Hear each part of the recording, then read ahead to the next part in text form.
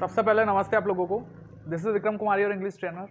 आज मेरे एक फ्रेंड का जो कि ऑलरेडी एक टीचर हैं, उनका एक सवाल था कि मैं पब्लिक में या ज़्यादा ग्रुप में बात कैसे कर पाऊँ, जबकि वो ऑलरेडी टीचर हैं और काफ़ी सारे स्टूडेंट्स को पढ़ाते हैं।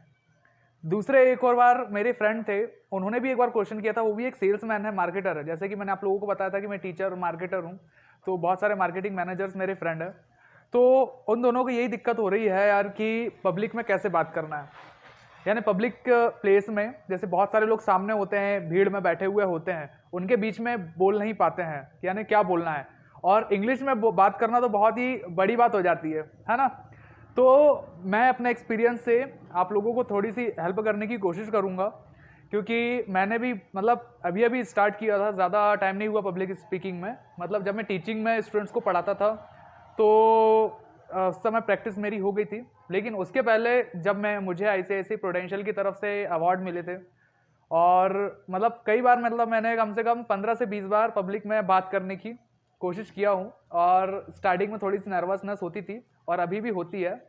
तो उसके कुछ तरीके थे जो मैंने बीच में सीखा था, है ना। काफ़ी सारे ब्लॉग्स पढ़ते हुए और 2-4 वीडियोस मैंने देखा, अपने एक्सपीरियंस से सीखा, और जो मेरे ट्रेनर्स थे, सीनियर्स थे, उन लोगों के थ्रू मैंने बातचीत किया था और उन लोगों ने मुझे सिखाया था। तो वही चीज़ें मैं आप लोगों के साथ आज शेयर कर रहा हूँ उसी बेसिस पे। ऐसा नहीं है कि मैं कोई अंतर्यामी हूँ, मुझे सब कुछ आता है, ऐसा नहीं है। नर्वसनेस होती ही रहेगी हमेशा। और इसके अलावा यदि आप लोग सीखने के यदि नर्वसनेस होती है तो ये आम बात है, ये ह्यूमन नेचर है, ये ऑटोमेटिक होगा ही होगा हमेशा। और आप ऐसे कॉन्फिडेंट बन जाओगे, कभी नर्वसनेस नहीं होगी, ऐसा आपके साथ नहीं होने वाला। नर्वस हम फील करेंगे ही करेंगे, चाहे वो कितने बड़े मोटिवेशनल स्पीकर क्यों ना अमित महेश्वरी वगैरह बन जाए। तो मैं आप लोगों को बताना चाहूँगा सबसे पहली चीज़ कि जैसे ही आप यदि एक और चीज़ पहले समझ लीजिए। यदि आप लोगों को पब्लिक स्पीकिंग नहीं बन रही, मैंने आप लोगों को कई बार बताया भी हूँ, बोला हूँ, पब्लिक स्पीकिंग आप लोगों को नहीं बन रही है, कोई बात नहीं है यार। बहुत सारे लोग हैं दुनिया में, उनको पब्लिक स्पीकिंग नहीं बनती है, ठीक है। इसमें टेंशन की कोई बात नहीं है। यदि नहीं बन रही पब्लिक स्पीकिंग, बात करते नहीं बन पा रहा, कोई बात नहीं, आप इंट्रोवर्ट हो, उसमें भी कोई दिक्कत की बात नहीं है। इसका भी एक प्लस पॉइंट होता है, मैं आपको किसी और वीडियो में इसके बारे में शेयर कर लूँगा। लेकिन फिलहाल थोड़ा सा जैसे बाय चांस आपको किसी ग्रुप में बोलना पड़ जाता है, कभी आपको कोई अवार्ड मिलता है, या कभी आपको मतलब कोई स्पीच है, या आप लोग कोई सिंगर हो, या कोई कला है, या किसी भी ओकेजन में आप किसी कंडीशन में फंस जाते हो, तो उसके लिए मैं आप लोगों को 2-4 तरीके बता देता हूँ। ये आप ट्राई करके देखिएगा। यदि आप लोगों को फ़ायदा होता है इससे तो आप लोग मुझे बताइएगा, जो मैंने भी कई बार ट्राई किया हूँ। तो देखिए, जैसे आप ऐसी कंडीशन में फंस जाते हो ना, तो सबसे पहली चीज़ आप लोगों को यार एक मतलब गहरी सांस लेना होता है। ये तो खैर सभी को पता है। एक और चीज़ है दूसरी, कि आप ये सारी चीज़ें याद नहीं रख पाओगे। याद रखना हमेशा कि यार गहरी सांस वाला सिस्टम कभी कभी हम भूल जाते हैं। उसके अलावा ये होता है कि हमारे कपड़े अच्छे होने चाहिए, लेकिन हम ये ध्यान नहीं रख पाते हैं एंड टाइम में, जब हम बात कर रहे होते हैं स्पीच में, हमारा ध्यान कभी कपड़ों पर नहीं जा पाता है, या बाकी हम खुद के बारे में भूल जाते हैं। हम ये सोच रहे होते हैं कि सामने वाले क्या बोलेंगे, ये व्यक्ति क्या बोलेगा, ये व्यक्ति क्या बोलेगा, ये व्यक्ति क्या बोलेगा, मुझसे कोई गलती हो गई तो ये व्यक्ति क्या सोचेगा, ये व्यक्ति क्या सोचेगा, ऐसा ख्याल आने शुरू हो जाते हैं। तो सबसे पहली चीज़ आप ये समझ लीजिए कि वो लोग इंसान हैं। ये बात आप पहले ही रिमाइंड कर लीजिएगा दिमाग में, या फिर आप चिट्ठी में लिख कर रख लीजिएगा पहले, कि वो लोग भी इंसान हैं, ह्यूमन है।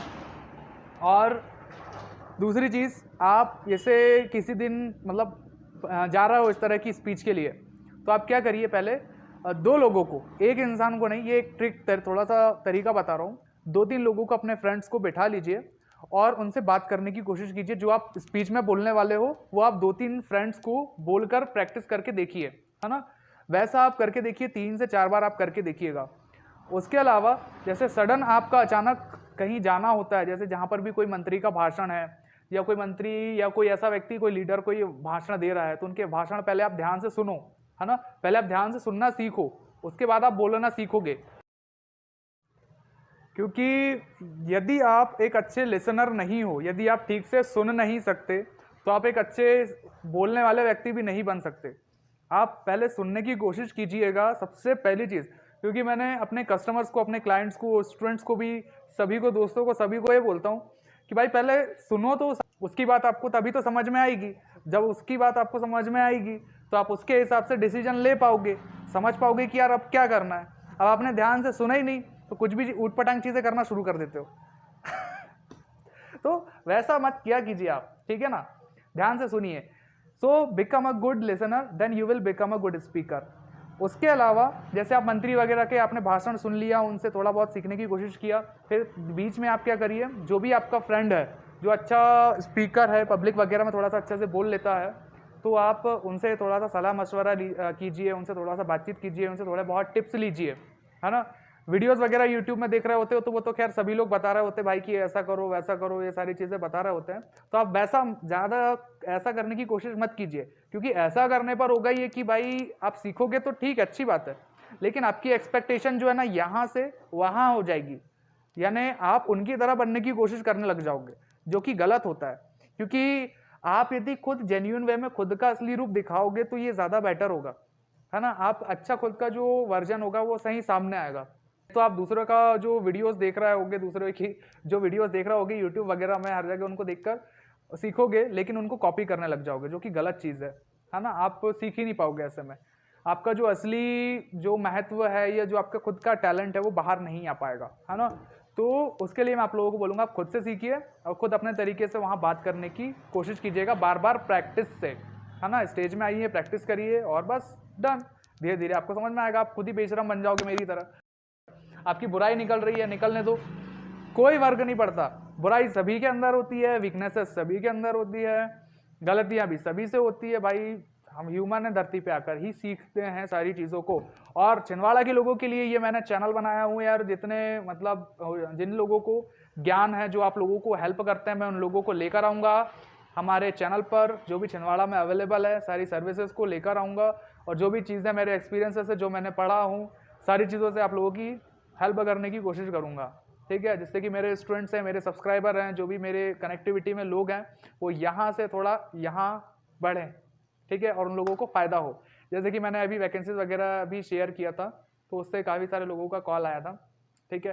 तो लोगों की मदद हो रही है, मुझे बहुत ही अच्छा लग रहा है।